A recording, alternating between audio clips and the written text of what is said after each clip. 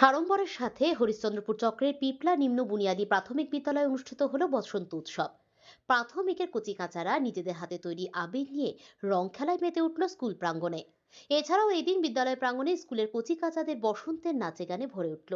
সকাল থেকে এই বসন্ত উৎসবকে ঘিরে ছিল প্রবল উন্মাদনা। হলুদ শাড়ি এবং হলুদ পাঞ্জাবি পরে স্কুলের শিক্ষক শিক্ষিকা এবং ছোট ছোট শিশুরা বসন্তের বিভিন্ন গান নাচের আয়োজন করেছিল। এদিনের অনুষ্ঠানের প্রধান অতিথি ছিলেন বিদ্যালয় পরিদর্শক শর্মিলা ঘোষ। তিনি জানান, স্কুলের এই উদ্যোগ সত্যিই প্রশংসনীয়। এর আগেও এই পিপলা প্রাথমিক বিদ্যালয় বিভিন্নভাবে বিভিন্ন কর্মসূচির মাধ্যমে এলাকায় এবং জেলায় নজর কেড়েছে। স্কুলের প্রধান শিক্ষক মোহাম্মদ মোস্তফা জানান, স্কুলের ছাত্রছাত্রীরা দীর্ঘদিন আগে থেকেই এই বসন্ত উৎসবের জন্য প্রস্তুতি নিচ্ছিল। তারা এর জন্য নিজের হাতেই আবির তৈরি করেছে, যা সম্পূর্ণ নিরাপদ।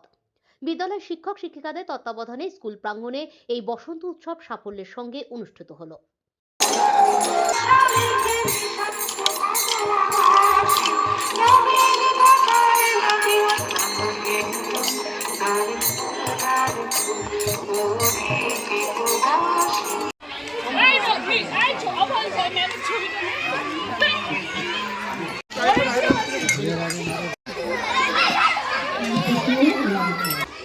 আমি প্রধান শিক্ষক পিপলা নিম্ন বুনিয়াদী বিদ্যালয়।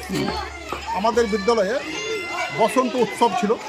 আমরা অন্যান্য বছরও এই উৎসবটা পালন করি এবং এই বছরও আমরা এই বসন্ত উৎসবটা পালন করছি।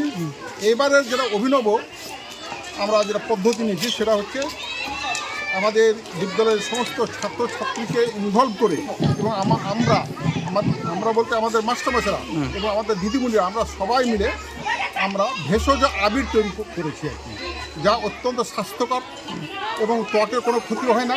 ভেষজ আবির, কমপ্লিটলি ভেষজ আবির এটা। তাছাড়া আমরা দেখেছি বাজারে যেসব আবির কিনতে পাওয়া যায় সেগুলো কিন্তু অস্বাস্থ্যকর এবং ত্বকের জন্য অত্যন্ত ক্ষতিকর, যার জন্য আমরা এই ভেষজ আবির তৈরি করেছি। এবং আমরা যেটা চেয়েছিলাম সেটা হচ্ছে আমরা ভেষজ আবির তৈরি করে আমাদের যে কমিউনিটির কাছে একটা মেসেজ দিতে চেয়েছিলাম আমরা, যাতে এখান থেকে তারাও একটা শিক্ষা লাভ করে এবং এই বসন্ত উৎসব পালন করার জন্য যাতে ভেষজ আবির তৈরি করে তারাও এইভাবে উৎসবটা পালন করে।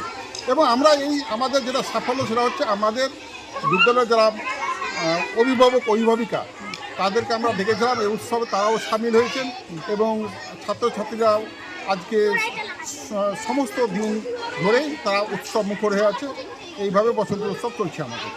কি উদ্দেশ্য নিয়েছেন এখন এই বসন্ত উৎসবকে নিয়ে? কি কিছু সামনের কিছু উদ্দেশ্য নিয়েছেন? হ্যাঁ, সামনে যেটা আমাদের উদ্দেশ্য সেটা হচ্ছে ছাত্রছাত্রীর মধ্যে যেটা বলছিলাম উৎসব মুখর করে তোলা এবং ছাত্রছাত্রীকে ও তাদের প্রত্যেকটা অভিভাবকের প্রত্যেকটা দৃষ্টি আকর্ষণ করা এবং ছাত্রছাত্রী যাতে 100% স্কুলে আসে সেটা আমরা এনশিওর করতে চেয়েছিলাম এবং সেটা আমরা সেই রেজাল্টটা আমরা পাচ্ছি। এই উদ্যোগের ফলে আমরা কিন্তু সেই রেজাল্ট আমরা পাচ্ছি।